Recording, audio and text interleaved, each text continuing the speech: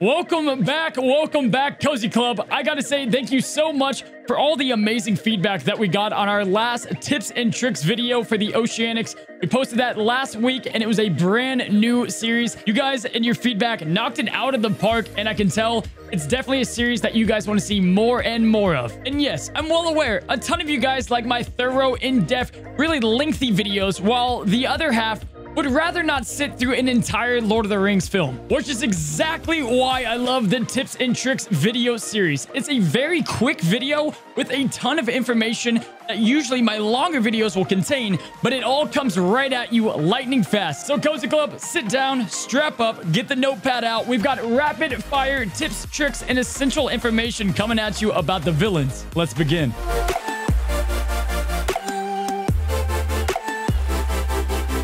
All right, Cozy Club. Well, the villains of DSA have a very interesting timeline, if you will.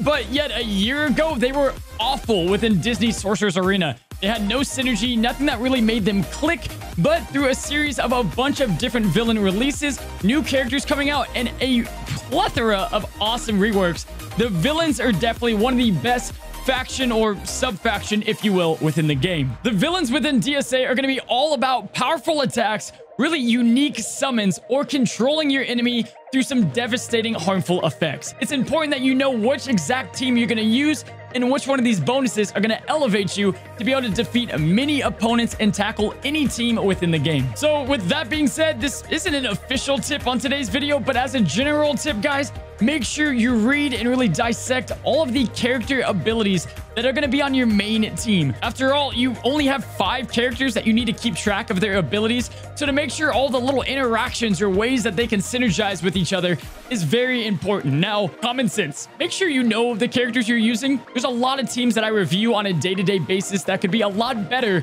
if the person using that team just reviewed the kit and the characters that they have. All right. Let's begin. Tip number 1. The villains are typically considered an in-game team because you need Ursula for that lead. I get asked all the time, who do I use if I don't have Ursula? Well, Ursula is definitely the best lead for the villains. Shan Yu obviously is going to be the leader with his speed, giving Gaston that Kingdom 12% speed boost. And Gaston is going to give a powerful taunt, which is going to give 30% TM to all of the villains around him. So you get a lot of synergy, and if they're under the Kingdom faction, they're going to be extra fast. So all in all, Shan Yu's a great replacement for Ursula. It's a character that's really easy to get, and you're not going to regret having him, as he's used on a bunch of different villain teams and Kingdom. Tip number 2. If you do have Ursula, utilize that powerful lead and learn the holy villain Trinity. You've got Pain and Panic, Hades, and Ursula. And really, the main crux of this team is obviously having a great duo with Hades and Pap. But also, guys, Pain and Panic are a tremendous support for the villain faction. And the synergy that they bring is deaths of villains. It's a little weird to think that the main villain synergy is characters dying, but also how perfect is that? Cruella can extend harmful effects, Dr. F can heal, and then you've got Davy Jones summoning crew upon death. All of that while Hades is going to be empowered and all of his abilities doing more once he is empowered. Tip number 3. Like we talked about earlier, the villains have game-changing debuffs. Take a look at this graphic here, and you can see all of the powerful debuffs that they share, like Ursula and Dr. F having access to Polymorph, an incredible, powerful, debilitating effect. Davy and Frollo and Ursula all have the ability to silence opponents. Pain and Panic with the all-powerful Stasis, and Madam Mim with that harmful immunity. Tip number 4. Make sure you guys use this combination. There's a lot of unique interactions with the villains, and one of my personal favorites to take down Hercules, Ralph, or other legendaries is going to be Time is Running Out with Jafar. You land this bad boy on any of these enemies, and it's going to hit, yes, you're reading that correctly, 18,000 damage with the Speed Stone. Now, how this works is each and every time a harmful effect goes on the enemy, this is going to tick on down. Now, pair this up with Frollo and his archers, and you guys are going to watch this tick this thing down lightning fast for a giant explosion on the enemy to go ahead and game, set, and match. Tip number 5. Madam Mim is one of the most unique characters in the game. She's able to spread harmful effects in a faction that is all about harmful effects. You're going to use Withering Seep to go ahead and get massive advantages, which includes one of my favorite cheeky lineups with Ursula, putting out the silence at the start of her turn. And if you get lucky enough, it'll put it in a spot that you can spread it to 3 other characters, having 3 silences out on the field and definitely starting off the match with a head start. Mim is also great for countering powerful legendaries like Hercules. And oh, by the way, you know that Jafar hourglass? Yeah, she can spread that too. Tip number 6, find the quickest way to empower your Hades on the battlefield. Versus Oceanics, you're going to get a huge leg up as Moana usually targets the eels to go ahead and trigger Pain and Panic. Dr. F can also force a taunt on them, or you can use Cruella DeVille to go ahead and pop and kill one of them, heal your team up, give yourself defense up, and get your empowered Hades ready to start the battle. Tip number 7. We talked about this on tip number 1 a little bit, but make sure you guys are using Storm the Castle with Gaston to go ahead and speed up the hardest hitting characters within the game. Zerg, Shere Khan, Davy Jones, Sheriff, and Big Bad Wolf all share a huge opening move with devastating damage, so Gaston will get you there that much quicker. Tip number 8. Make sure you guys learn continuous damage teams. They're super powerful and vastly underrated. They can punch up some incredible teams in Club Conquest. And under Frollo's lead, you get a lot of powerful things like taking away defense, offense, and tenacity from the enemy. Get your villains out and lather up those continuous damages on the field with Shere Khan, spread it with Claude, and then bam! Activate it with an empowered Hades or Demona to instantly surprise your enemy and kill multiple people on the field. Tip number 9. Let's talk about stones. If your villain offers a lot of control, make sure you use a speed stone to capitalize on those abilities. But if it's a huge attacker like Zerg or Frollo, you want to go ahead and make sure you slap an offense stone. A ton of different stones work for a ton of different villains. Just make sure you find the best fit. Some characters like Jafar really could go either way, so identify the role that he's playing on your team and then put the correct stone on him. Namari is another great example. I love Namari with the offense stone because obviously it works great with that passive, but if you have her with the Kingdom villains, you want to run with the speed stone because she already has so much offense and crit chance, she's going to be hitting high damage numbers either way. Tip number 10, let's talk about spells. Now, you guys can get away with a lot of different spells with the villains, and our next tip will make one probably an extra reason why you want to have it. Generally speaking, the best 2 spells with the villains are honestly some of the best spells in the game anyway, mainly consisting of Blue Fairy Magic, which is going to be the desperate cleansing that the villains need, and it has so much synergy, there's really no reason not to run it. It counters Hercules. Mortal Potion is incredible with the villain synergy.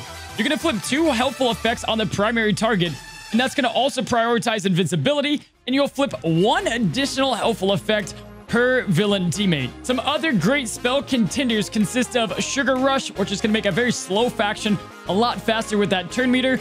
Headless Horseman will lay down the fear to let you land those harmful effects.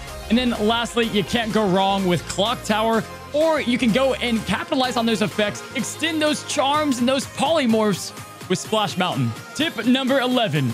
We just mentioned Blue Fairy Magic for a specific reason, and that is because the biggest cons for the villain faction are 2 different things. 1, a lack of taunting, and 2, a lack of cleansing. Cleansing being the most noticeable, as these villains really outside of only 2 characters, which is Namari with Kingdom villains and Yzma with General villains, they have no way to cleanse harmful effects on them. The best way around this? Bring in Dr. Feelgood with Blue Fairy Magic, and you've got yourself pretty much a mass AoE cleanse and a taunt either way. Esmeralda as well works as an amazing plug-and-play cleanser that can fit in very nicely with the villains faction. Especially if you have Frollo, they're going to share a unique synergy between them. There's some actually great synergy with the Hunchback of Notre Dame characters.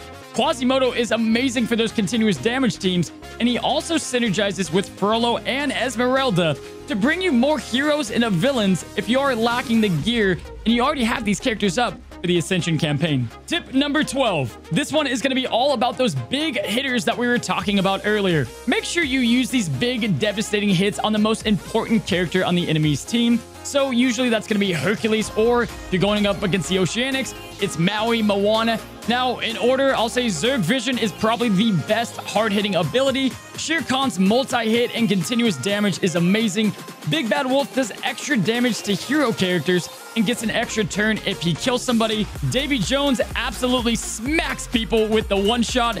And Frollo, of course, with his big silence.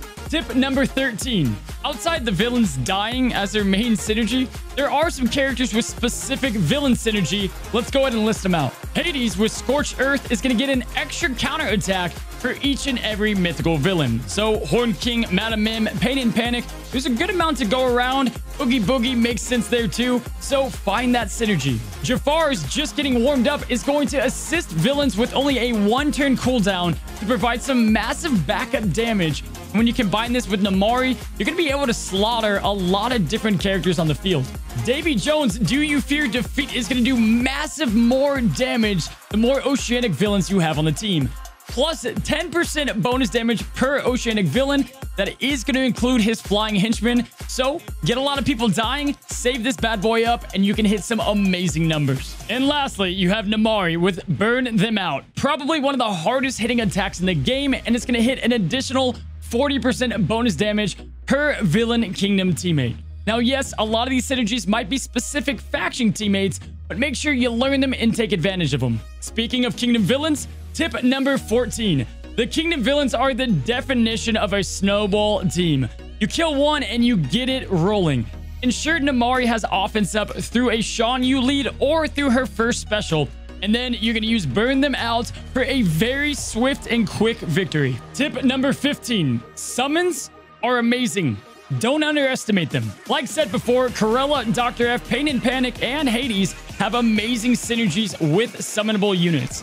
Now, this is personal preference. You do have Queen of Hearts and you have the Hyenas probably at the lowest of the totem pole.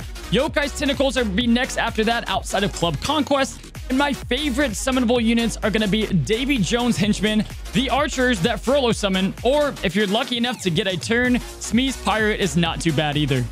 Tip number 16. The villains are strong against pretty much every team and can stay in the battle legit against any faction. But they're by far weakest to very fast teams as they don't have a speed lead or teams that can go ahead and reduce their cooldowns. They typically need those abilities to get the hard-hitting attacks out. Lastly, and most importantly, make sure you identify and kill or just control the mass cleansers on the enemy team. Nothing spells a loss like getting all these harmful effects out there for the old Baymax here to go mass impact and you're done. Tip number 17. The villains, although amazing with harmful effects, in the next tip, we're going to talk about how to extend those. This tip is all about helpful effects and the lack of villains that are able to spread helpful effects. Use characters like Cruella to spread those effects amongst your team, or if you don't have Cruella, which most of you guys do not, use a perfect fillable character like Cobra Bubbles. He fits in quite nicely with Captain Gantu and Davy Jones and the other Oceanics. Provide some great buffs. Miguel, Daisy, Scrooge. There's a lot of characters that are on the hero side that can spread buffs. So look at your roster and see who you can plug in. Tip number 18. Now, yes, they may suck with helpful effects, but they're amazing with harmful effects and have some of the best in the game. Don't forget on this tip to go and extend the harmful effects out on the battlefield. There's a ton of characters. Let's go through them. First one is Pain and Panic's Basic. Has a 10% chance per villain teammate to extend a harmful effect by 1. By the way, there's no cap on this. It can be stun, charm, whatever. Chunk, a massively underrated tank, has Ground and Pound to extend up to 3 harmful effects on adjacent characters as well.